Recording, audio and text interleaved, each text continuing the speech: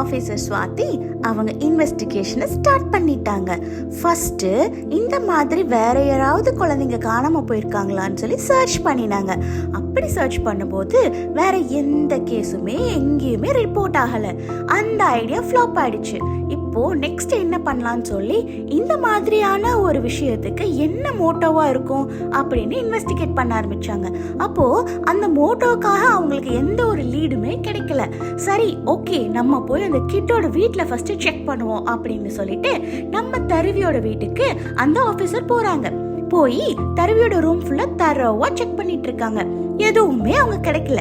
அப்போ அங்க ஒரு நோட் புக் வந்து டேபிள் மேல இருக்கிறத பாக்குறாங்க. ஓகே, இந்த நோட் புக்ல நமக்கு ஏதாவது கிடைக்குதா அப்படின்னு சொல்லிட்டு நம்மளோட ஆபீசர் செக் பண்ணிட்டு இருக்காங்க. அப்படி செக் பண்ணிட்டு இருக்கும்போது அந்த நோட் புக்ஸ்ல ஏதோ டிராயிங்ஸ் எல்லாம் இருக்கு, அதுல டெடி எல்லாம் இருக்கு. இந்த பாப்பா ஏதோ டெடியை வச்சு டிராயிங்ஸ் எல்லாம் பண்ணிருக்கு அப்படின்றது வந்து இவங்களுக்கு நல்லா புரியுது. ஆனா அதுல எந்த ஒரு ஹிண்ட்டுமே அவங்களுக்கு கிடைக்கல. சரி ஓகே அப்படின்னு சொல்லி திரும்பி பார்க்கும்போது அங்க ஒரு டெடி பார்த்தாங்க இல்லையா, அவங்களும் வீடியோ காலில் பார்த்துருப்பாங்க நம்மளுடைய 2016 டெடியை.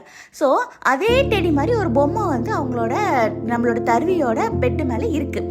உடனே இந்த ஆஃபீஸர் வந்து இந்த டெடி மாதிரி தானே இருந்துச்சு அந்த பாப்பா கூட வீடியோ காலில் அப்படின்னு யோசிச்சுட்டு இருக்காங்க.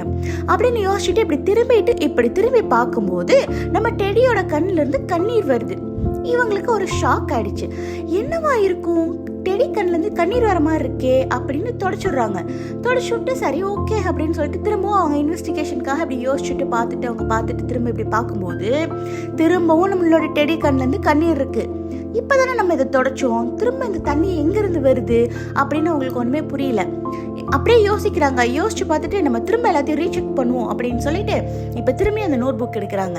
திரும்பி அந்த நோட் புக் எடுத்து அந்த நோட் புக்கை அவங்க நல்லா திருப்பி பார்க்குறாங்க எல்லா பேஜஸையும். அப்படி அவங்க எல்லா பேஜஸையும் பார்க்கும்போது அவங்களுக்கு என்னமோ ஒன்று அங்கே தட்டுப்படுது.